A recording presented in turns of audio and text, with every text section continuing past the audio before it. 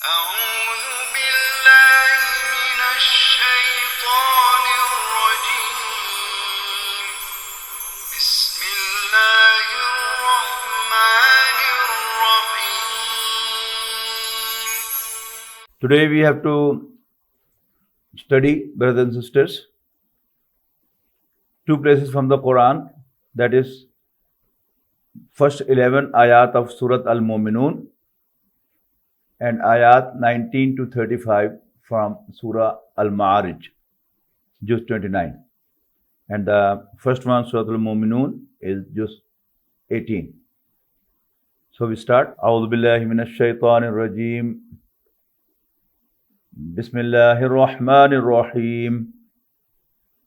قد أفلح المؤمنون الذين هم في صلاتهم خاشعون والذين هم عن اللغو معرضون والذين هم للزكاة فاعلون والذين هم لفروجهم حافظون إلا على أزواجهم أو ما ملكت أيمانهم فإنهم غير ملومين ومن ابتغى وراء ذلك فأولئك هم العادون والذين هم لأماناتهم وعهدهم راعون والذين هم على صلواتهم يحافظون أولئك هم الوارثون الذين يرثون الفردوس هم فيها خالدون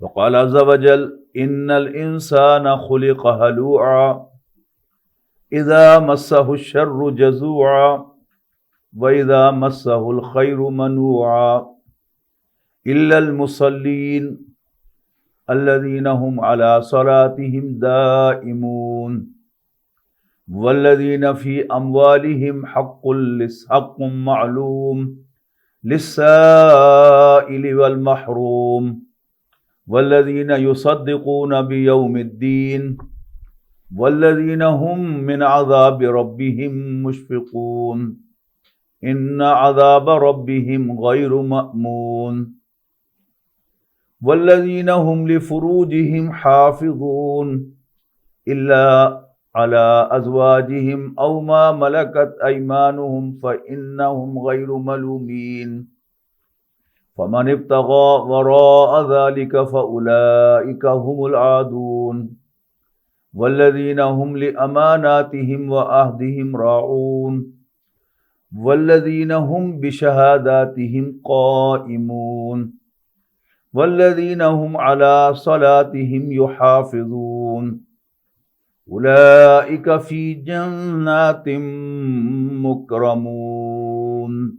First we have the translation of these ayat. First the 11 ayat from Surah Al-Mu'minun. أعوذ بالله من الشيطان الرجيم. قد أفلح المؤمنون. Indeed, the successful ones are the believers. Indeed, the believers succeed. Who believers? الذين هم في صلاتهم خاشعون. Those who are very humble in their prayer. وَالَّذِينَ هُمْ عَنِ اللَّغْوِ مُعْرِضُونَ. And those who always keep away from love, from vain, from useless activities. وَالَّذِينَ هُمْ لِلزَّكَاةِ فَاعِلُونَ. And they perform zakat. Zakat has two meanings. One is purification and the other is the regular charity that we make on annual basis. Then وَالَّذِينَ هُمْ لِفُرُوجِهِمْ حَافِظُونَ. And they guard their privates. Don't let them get exposed. إِلَّا عَلَىٰ أَزْوَاجِهِمْ. Except to their wives. أَوْ مَا مَلَكَتْ أَيْمَانُهُمْ. Or to their maid slaves. فَإِنَّهُمْ غَيْرُ مَلُومِينَ. For that they are not blameworthy. فَمَنِ ابْتَغَى وَرَاءَ ذَلِكَ فَأُولَٰئِكَ هُمُ الْعَادُونَ. But those who seek sexual pleasure beyond that, these are the ones who exceed limits. وَالَّذِينَ هُمْ لِأَمَانَاتِهِمْ وَعَهْدِهِمْ رَاعُونَ, and those who keep their pledges and their covenants. وَالَّذِينَ هُمْ عَلَى صَلَوَاتِهِمْ يُحَافِظُونَ, and they guard, take care of their prayers. أُولَٰئِكَ هُمُ الْوَارِثُونَ, such are the heirs. الَّذِينَ يَرِثُونَ الْفِرْدَوْسَ, who would inherit the Firdaus, the paradise. هُمْ فِيهَا خَالِدُونَ, they would live therein forever. Then ayat from Surah Al-Ma'arij 19 to 35. Bismillahir Rahmanir Rahim. Innal insana khuliqa halua. Indeed, man is created short-tempered. Iza massahu sharru jazua. Whenever a calamity befalls him, he cries, becomes impatient. وَإِذَا مَسَّهُ الْخَيْرُ مَنُوًا, but when he is blessed with a fortune, he becomes stingy. إِلَّا الْمُصَلِّينَ, except those who pray. الَّذِينَ هُمْ عَلَى صَلَاتِهِمْ دَائِمُونَ, they pray consistently, on permanent basis. وَالَّذِينَ فِي أَمْوَالِهِمْ حَقٌّ مَعْلُومٌ, and in their properties there is a certain share, a certain right. لِلسَّائِلِ وَالْمَحْرُومِ, for the beggar and the have-not. وَالَّذِينَ يُصَدِّقُونَ بِيَوْمِ الدِّينِ, and they testify the day of judgment. وَالَّذِينَ هُمْ مِنْ عَذَابِ رَبِّهِمْ مُشْفِقُونَ, they are always afraid about the punishment of their Lord, torment of their Lord. Inna azab rabbihim ghayru ma'mun. Indeed, their Lord's punishment is not something which is not taken care, which is not considered, which you always think immune of. وَالَّذِينَ هُمْ لِفُرُوجِهِمْ حَافِظُونَ إِلَّا عَلَىٰ أَزْوَاجِهِمْ أَوْ مَا مَلَكَتْ أَيْمَانُهُمْ فَإِنَّهُمْ غَيْرُ مَلُومِينَ فَمَنِ ابْتَغَىٰ وَرَاءَ ذَٰلِكَ فَأُولَٰئِكَ هُمُ الْعَادُونَ. These three ayat are duplicated here, so I'm not translating them again. وَالَّذِينَ هُمْ لِأَمَانَاتِهِمْ وَعَهْدِهِمْ رَاعُونَ. This also is being replicated here, same as in Surah Al-Mu'minun. وَالَّذِينَ هُمْ بِشَهَادَاتِهِمْ قَائِمُونَ, and they stand by their testimonies. وَالَّذِينَ هُمْ عَلَى صَلَاتِهِمْ يُحَافِظُونَ, and they always take care, always guard their prayer. أُولَٰئِكَ فِي جَنَّاتٍ مُكْرَمُونَ, such are the ones who would enter the paradise, would be in paradise, in Jannah, with due respect. The heading of these two lessons from the Quran is character building, the basis of character building. If we just look back on our previous lessons, we studied Iman in detail. The genesis of Iman, synthesis of Iman, and then in the course of that we studied the nature of human being. And then we had two lessons from the Quran, one complete lesson on the Day of Judgment, and that was from Surah Al-Qiyamah. And then we had a lesson from Surah Al-Taghabun, which had the description of Iman, all three: Iman Billah, belief in Allah, belief in the prophethood, in messengers, and belief in the hereafter. And then there was an invitation. فَآمِنُوا بِاللَّهِ وَرَسُولِهِ وَالنُّورِ الَّذِي أَنزَلْنَا. If you agree with all this, then believe in Allah, His messengers, and in the light which has been sent down with Him, that is Prophet Muhammad sallallahu alaihi wasallam. And then there were the rewards of Iman. First, the rewards in the hereafter. Those who believe, they would enter paradise forever. And those who refuse to believe, they will be thrown to hell forever. And there were worldly rewards of Iman. And that is, if you believe in Allah, that nothing happens without Allah's permission. All is happening, it is happening with His permission. It's all His decisions which are in action. Allah's decisions are being complied. So He is my Lord, I am His slave, He is very kind to me, and He will never do injustice with me, and He will never do a wrong to me. All that He decides for me is excellent for me. So there is a peace of mind. This is the worldly reward of Iman. As far as the worldly achievements of the believers is concerned, in this world, a believer in general will be deprived because he considers this is lawful and this is not lawful. So he goes after this and doesn't go after that. So his economics, his worldly gains are automatically reduced. Not only that, a believer may be persecuted too, as the Prophet ﷺ and his companions were badly persecuted. But they would all be rewarded in the hereafter. But as far as this Iman is concerned, and to believe in Allah and to trust Allah, tawakkul, that is the worldly reward of Iman. And everyone who really believes in Allah does have a peace of mind which the billionaires may not have.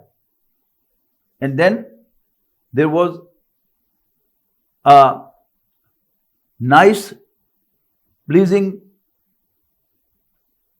nature of a believer, especially towards his household. He is not harsh, he is not unjust, unfair, but he is kind to his household. 3 instructions were given to believing men. Indeed, some of your wives and children are enemies to you. They may drag you to hell. So just be careful. But don't be harsh to them. By nature, they are weak. Allah Almighty, for a special reason, has made the nature. The children, we very well understand, they are not mature, so they are emotional. We give them allowance, whereas we assume that wives, they are grown up, they are sensible, and they should well behave. But by nature, they have certain weaknesses. One of them is that when they open their mouth to criticize, to blame, they may go on for hours. Number 2, they are thankless by nature, just like children. So Allah Almighty says, وَإِن تَعْفُوا وَتَصْفَحُوا وَتَغْفِرُوا, if you ignore, turn a blind eye, and forgive them, فَإِنَّ اللَّهَ غَفُورٌ رَحِيمٌ, Allah Almighty is also forgiving, merciful.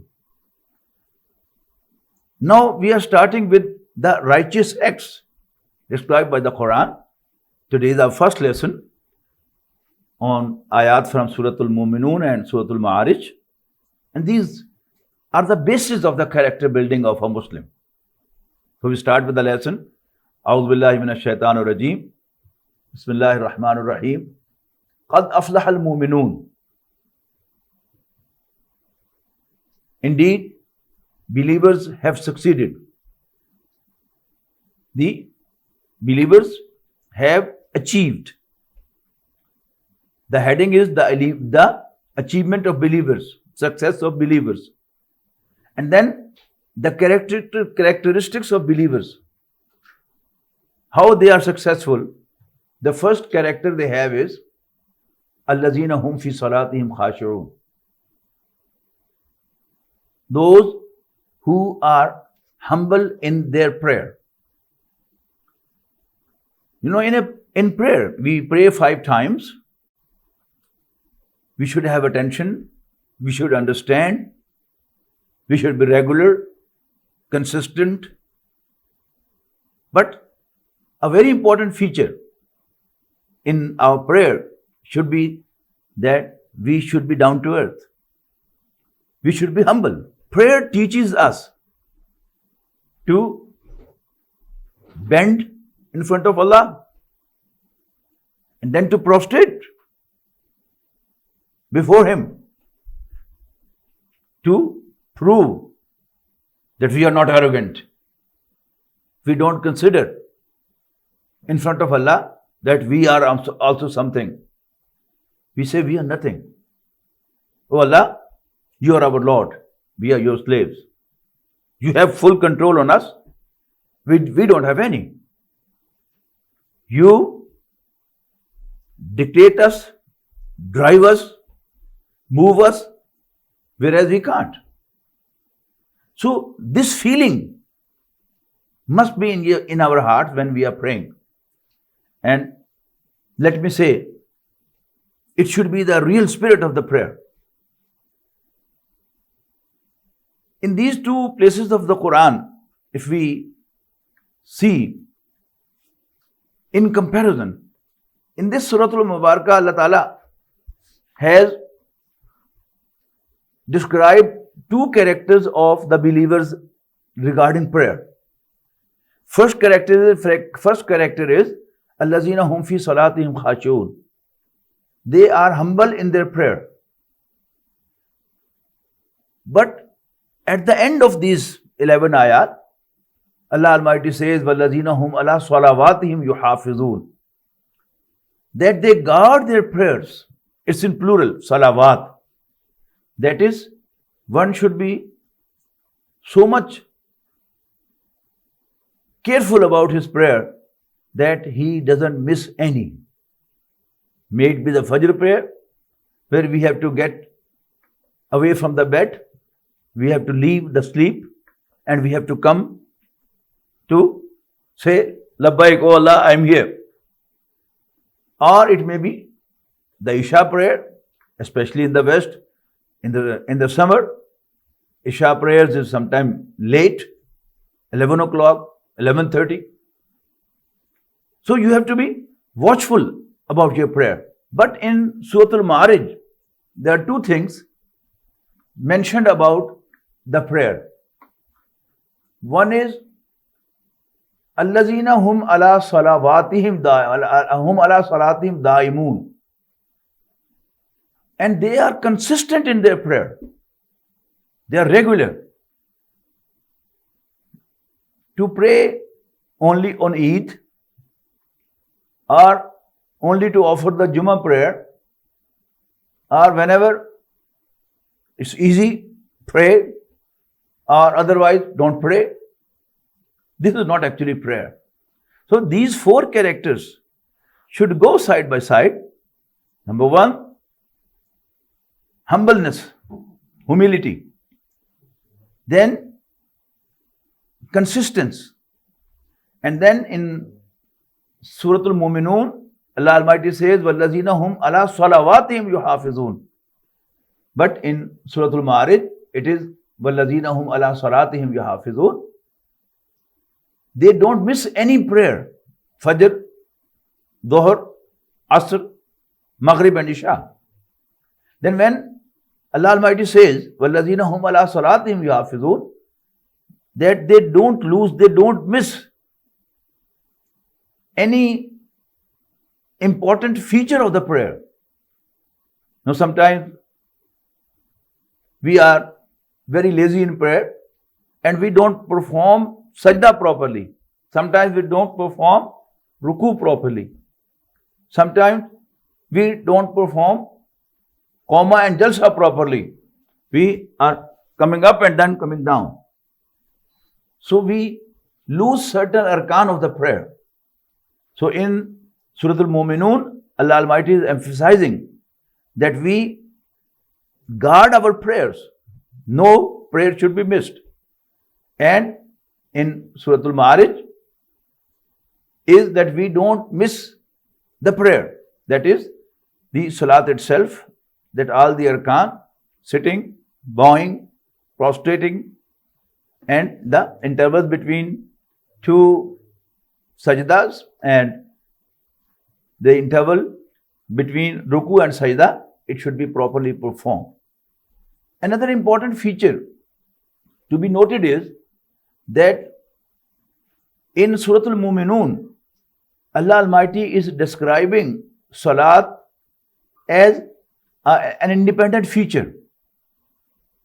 But in Surah Al-Ma'arij, it's very interesting that Allah Almighty is starting with the weakness of man. Innal insana khuliqa halwa. Indeed, man is created short-tempered. How? Iza massahu sharru jazua. When he is blessed with a calamity, a misfortune, he cries. Oh, what happened? Oh, I lost. This is short-temperedness. He cries. He complains. وَإِذَا مَسَّهُ الْخَيْرُ مَنُوعًا. But when he is blessed with a fortune, he becomes stingy. He holds it, lest he should make it charity. He lets others to share. That is the short-tempered nature of man. But then, instead of saying illal mu'mineen, except the believers, Allah Almighty says illal musalleen. It appears that the mu'mineen and musalleen have the same meanings. They don't have the same meanings. But Iman is the basic ideology of a man, of a Muslim. But Salat is the main feature of a Muslim. Especially those living in the West and in winter. You offer your Dhuhr at 1 o'clock, 1:15, and then at 2:30 you offer your Asr, and before 4 o'clock you have to offer your Maghrib.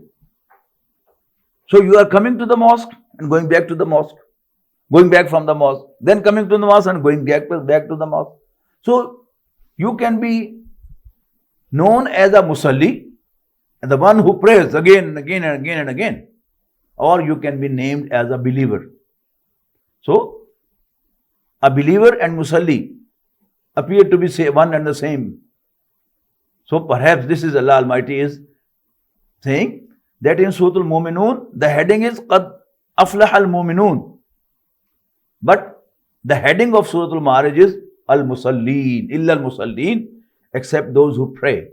And then about prayer, as I already said, Allazina hum ala salatihim daimun, they are consistent in their prayer. Actually, the prayer is the most prominent feature of a Muslim. 5-time prayers. You know, there are characters, there are features which Muslims share with the others. A righteous Christian, a righteous Hindu may not cheat anyone like the Muslim. A Muslim should not cheat anyone, and a Hindu and a Christian and a Jew should not cheat anyone. The Muslim should be nice to others. So should non-Muslims be nice to others? But the sign of a Muslim is not honesty. The sign of a Muslim is not charity. The sign of a Muslim is not the truthfulness. The sign of a Muslim is not humbleness. A believer will be known to be a believer by 5-time prayers. Especially those brothers who live in the West, in the societies, mixed societies. Anyone who goes to the prayer, goes to the mosque 5 times to pray, he will be known to the whole community that this is a Muslim. But anyone from us who is not regular in his prayers and doesn't go to the mosque to pray 5 times, his features would tell that he is Asian. His features will indicate that he is from Indian subcontinent. But it would not be clear whether he is a Hindu or a Muslim or a Buddha. The sign of a Muslim is without any doubt 5 times prayer. And as we know, 5-time prayers is fard on Muslims, men and women. But pray 5 times with Jamaat is wajib on Muslim men. Then we move further. In Surah Al-Mu'minun, Allah Almighty is saying, وَالَّذِينَ هُمْ عَنِ اللَّغْوِ مُعْرِضُونَ. There is no such ayah in Surah Al-Ma'arij. And we have 3 ayat in Surah Al-Ma'arij which we don't find here. These 3 ayat are وَالَّذِينَ يُصَدِّقُونَ بِيَوْمِ الدِّينِ, and those who testify the day of judgment, the day of reward. وَالَّذِينَ هُمْ مِنْ عَذَابِ رَبِّهِمْ مُشْفِقُونَ.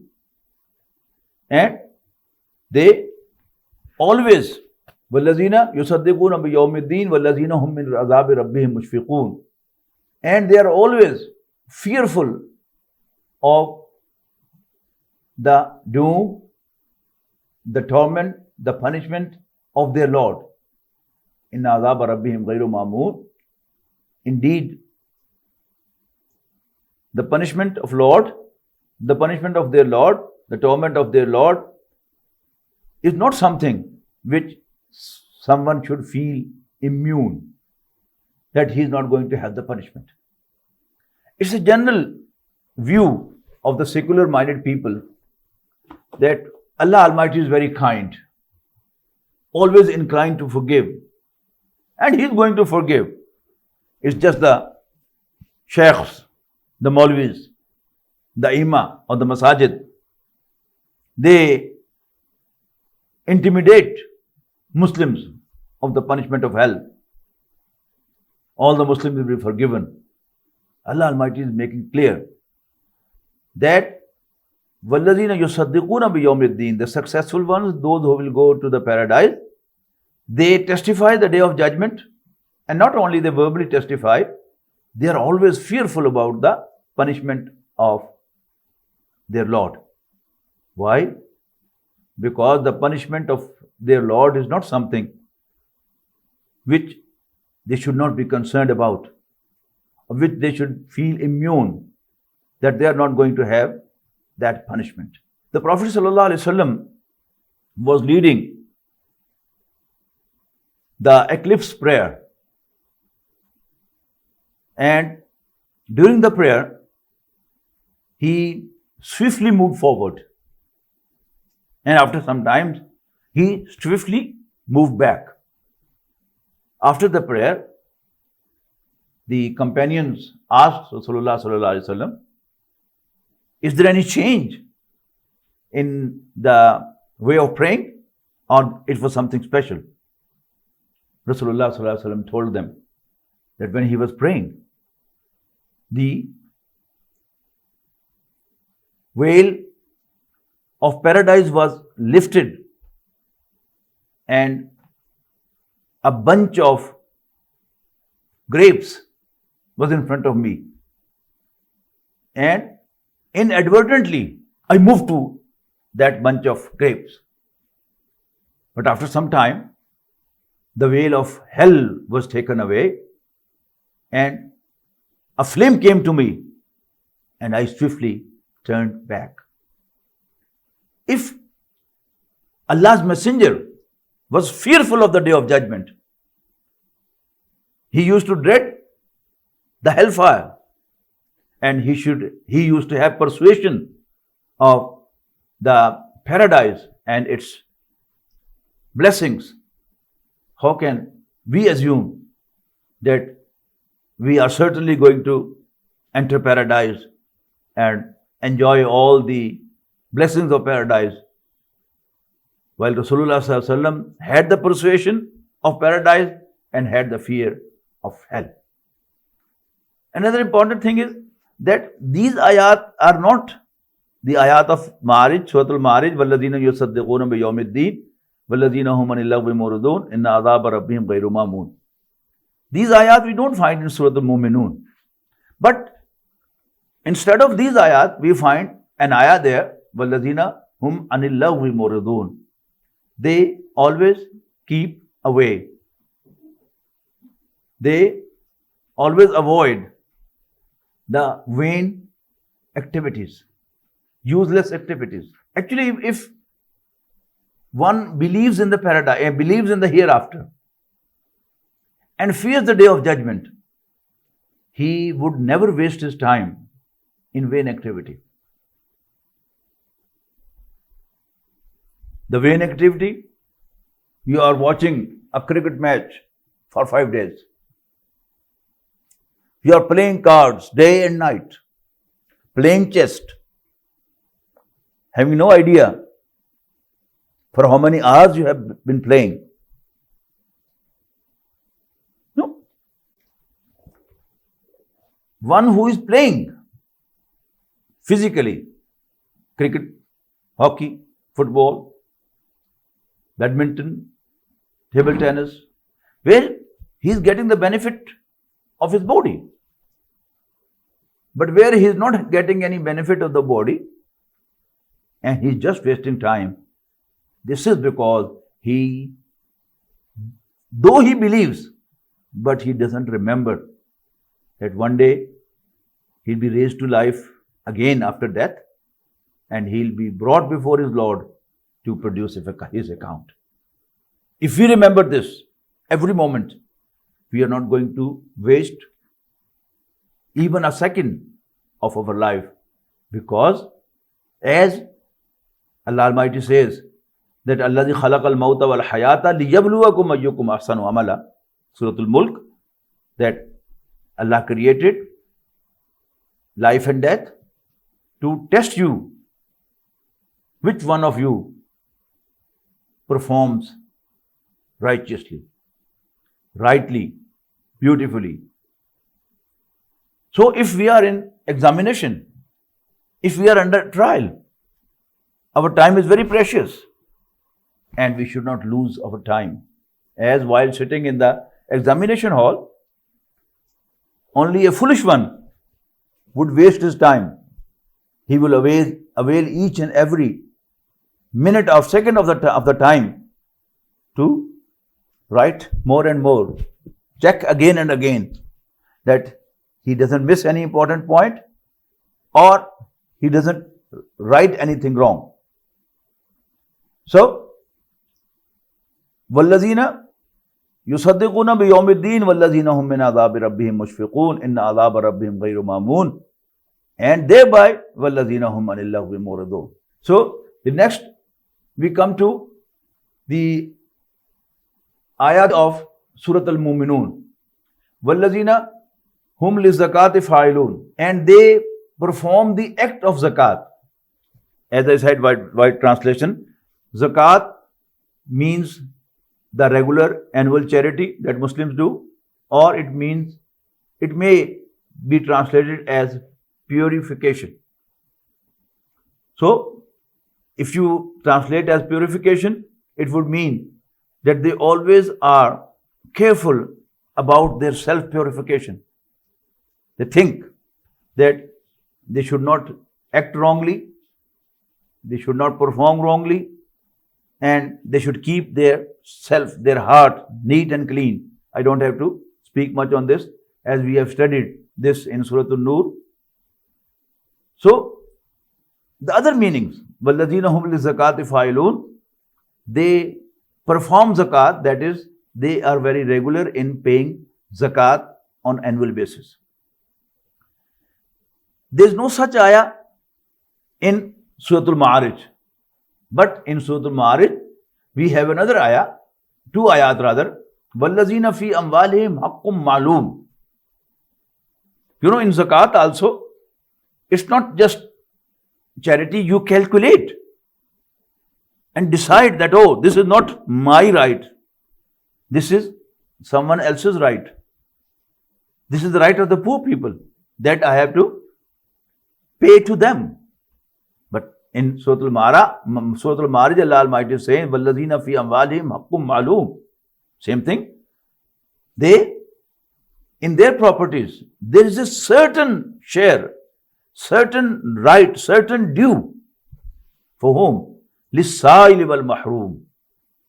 For the beggar, the one who asks for, and mahroom, the have-not, the poor one. A very important point which I want to make here is that we, as I said, those who have gone to school, university, we do have the virus of secularism in our mind, and our thinking is certainly polluted with secularism. And we have different objections, concerns about paying to the beggars. Oh, these are professionals. They are all toit, well-to-do, this, that. But Allah Almighty is saying that in their properties there is a certain share, certain due for the sa'il, the beggar. We say, okay, if beggar is deserving, you must pay him. You must do charity to him. But if he doesn't deserve, we shouldn't pay him. But Allah Almighty is saying that he is deserving. Haq means right. So Allah Almighty is saying, Sa'il has a right in your property, and the have-not too has a right in your property. That means Sa'il, the beggar, is also deserving, and the mahroom is also deserving. Mostly people are very upset when I say this, that the Sa'il, the beggar, has a right. He deserves. But I want to point out that we are all guilty.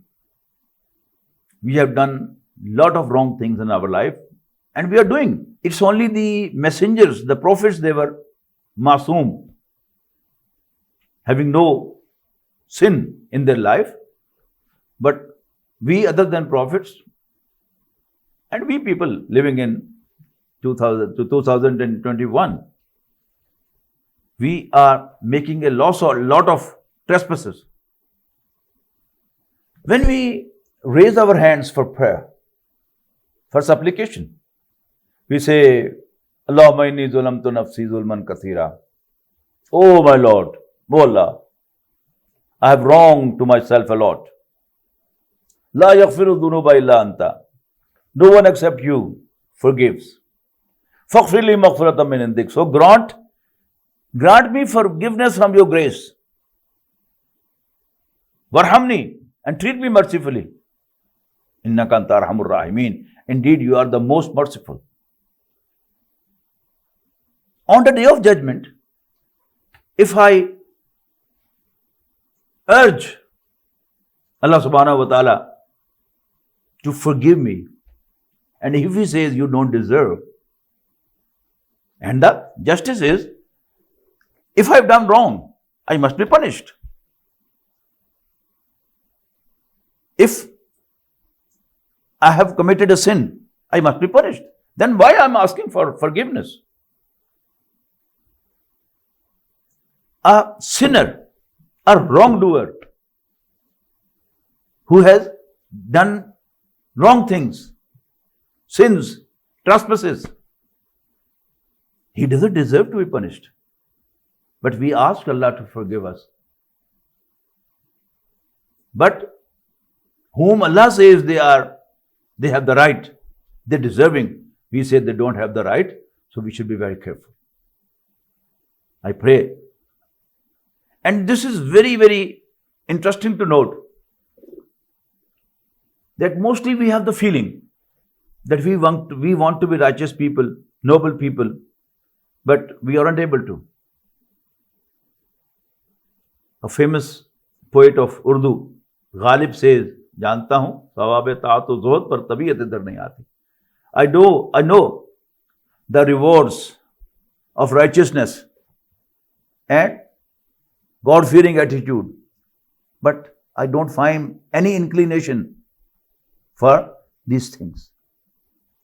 To get inclined to righteousness and to get inclined to charity, it's very important that you pay someone whom you don't want to pay, but for Allah's sake.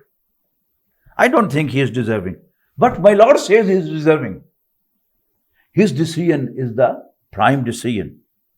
His decision should be complied, not my decision. I give up mine and I comply his decision. Allah will be very happy, and inshallah we would feel inclined towards righteousness and towards our deen. Allah Almighty in both Surah Al-Mu'minun and Surah Al-Ma'arij is repeating same 3 ayat without any difference at all, even without a difference of dot. Allah Almighty says, وَالَّذِينَ هُمْ لِفُرُوجِهِمْ حَافِظُونَ, and they always guard their privates.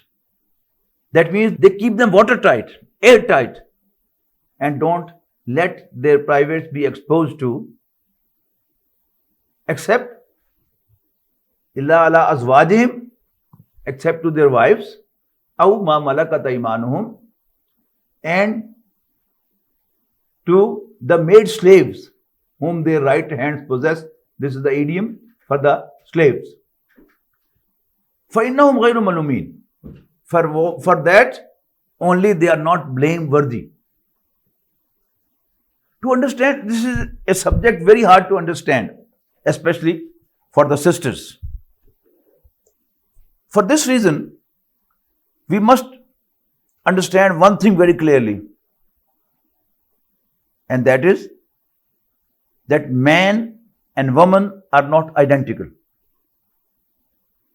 Allah Almighty has created man with the nature, and a list has been provided in Surah Al-Imran, ayah number 14, that what has been made attractive to man. Top of the list is women. زُيِّنَ لِلنَّاسِ حُبُّ الشَّهَوَاتِ مِنَ النِّسَاءِ, and then come the sons. But for women, as we studied in Surah Hajj, their weak point is their children. She is never unattentive to feed her child. And whenever there is a woman in close contact of a man, especially at his workplace, and even more when he is relaxed at home. At workplace he is formal. It may not be that dangerous for him.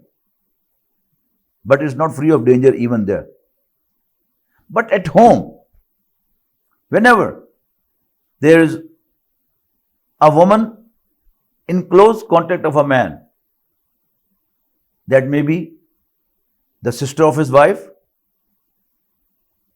her cousin, his cousin, the wife of his friend, daughter of his friend. If not today, tomorrow he will walk to her. He will advance to her. I remember in year 2001 when I was Imam at Mosque London, and I delivered a dars of these ayat, and behind the curtain there were sisters too, and one of the sisters who was a convert from Christianity, she was also listening to my talk, and her husband was a good friend of mine, and mostly between Maghrib and Isha he used to stay with me, and we used to have a cup of tea and gossip together.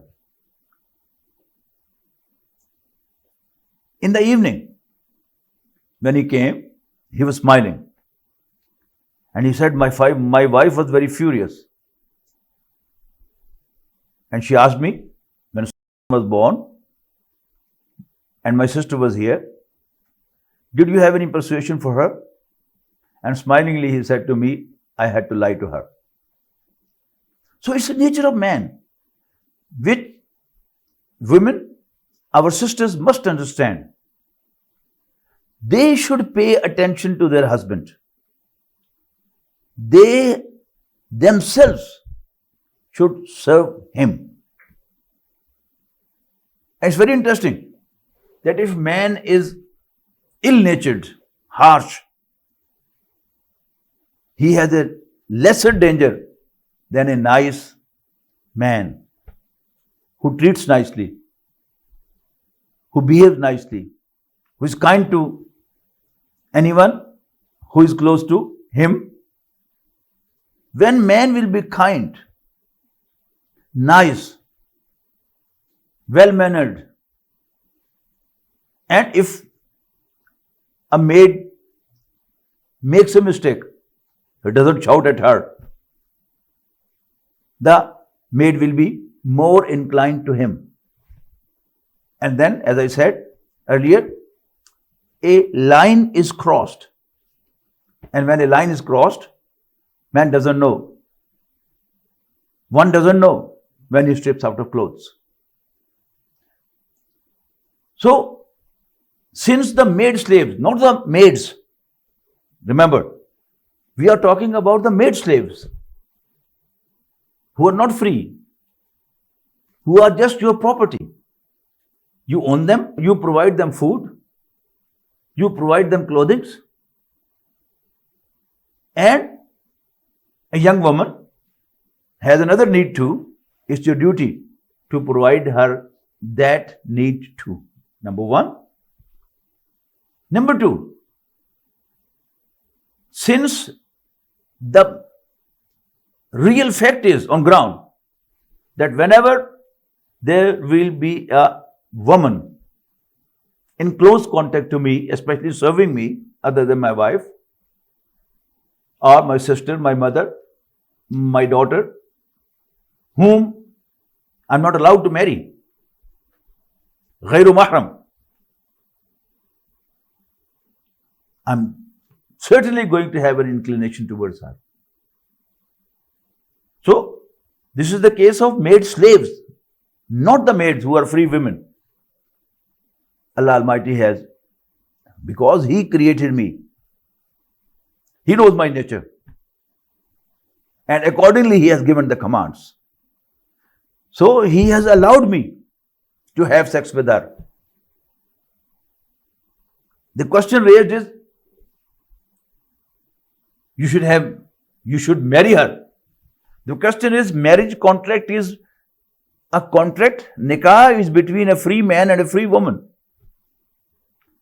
The woman has a choice to say, no, I don't want to marry you. I don't want to marry him. But does a slave has a choice? No, a slave doesn't have a choice. But the main thing is that we got to understand the nature of man, the weak point of man. If you understand this, you'll be rather sympathetic with man instead of blaming him. Another important thing is that the most pious, the most righteous man ever born, can be born, is Muhammad sallallahu alaihi wasallam. Rasulullah sallallahu alaihi wasallam had 10 wives, but he had one maid slave too.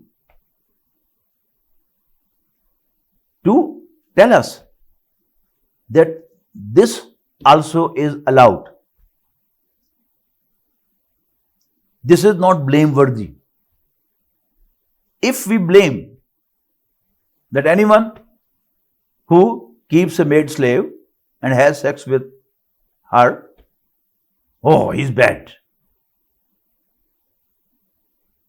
he's blameworthy, then we would blame Allah's Messenger too. And Allah's Messenger, according to our belief, doesn't commit any sin, doesn't do anything wrong. We must remember that Sayyida Maria Qibtiyya radiallahu anha, she was gifted to Rasulullah sallallahu alaihi wasallam by her father when the messages were sent to different rulers, and her father gave a respect to the messenger of Rasulullah sallallahu alaihi wasallam, and in return he sent gifts, and 2 of his daughters also were gifted to Rasulullah sallallahu alaihi wasallam. One of them was Maria Qibtiyya radiyallahu anha. So Rasulullah sallallahu alaihi wasallam, the other maid slaves who came to Rasulullah sallallahu alaihi wasallam, the Prophet sallallahu alaihi wasallam offered them belief. Come to believe, be a Muslim. And they accepted Islam, became Muslim. Then Rasulullah sallallahu alaihi wasallam set them free. And with their free choice, the Prophet sallallahu alaihi wasallam married them, with the exception of Sayyida Maria Qibtiyya, who continued to be the slave and the slave of Rasulullah sallallahu alaihi wasallam. Then we come to the other ayat of the surah. Here Allah Almighty says we should complete this. فَمَنِ ابْتَغَى وَرَاءَ ذَلِكَ فَأُولَٰئِكَ هُمُ الْعَادُونَ. Whoever seeks beyond this, such are the ones who are transgressors, who exceed the limits. In the old age, the parents, the teachers, they used to make sure that the child, the boy, is very cautious about her privates. But now, these things are not told to the children. Children are not warned about this. The mothers assume that since we have told children that this is bad, they won't do. It's absolutely wrong. To leave a sin, it's not sufficient to know that it's a sin. The emotions, the sentiments, the inclinations, they all should be considered. Then, in these two places, Allah Almighty is talking about the pledges and the covenants. وَالَّذِينَ هُمْ لِأَمَانَاتِهِمْ وَأَهْدِهِمْ رَاعُونَ. And they always take care of their pledges and their commitments. Only one ayah is left, and that is وَالَّذِينَ هُمْ بِشَهَادَاتِهِمْ قَائِمُونَ. And they stand by their testimonies. To stand by the testimony, it's also a very important feature of a Muslim and a righteous man. So Allah Almighty is also mentioning this in Surah Al-Ma'arij, But in Surah Al-Mu'minun, Allah Almighty is not mentioning that feature of the righteous Muslims. Perhaps because the last ayah before that, that is the last ayah of Surah Al-Hajj, is on the subject of Shahada, the testimony. And that testimony is that the Messenger Sallallahu Alaihi Wasallam's duty is to prosecute, to testify against people that I have conveyed the message to them. Now it's their fault that they didn't comply. And it's the duty of the Muslims on behalf of Rasulullah Sallallahu Alaihi Wasallam that they can testify on the day of judgment in the court of Allah Subhanahu wa Ta'ala that they conveyed the message to the people. Now if they didn't comply, they didn't believe, it was their fault. So with that, we complete our lesson. I pray to Allah Subhanahu wa Ta'ala, He includes me and you all into the mu'mineen, into the musalleen, who have all these good features. Akhiru dawana, alhamdulillahi rabbil alameen.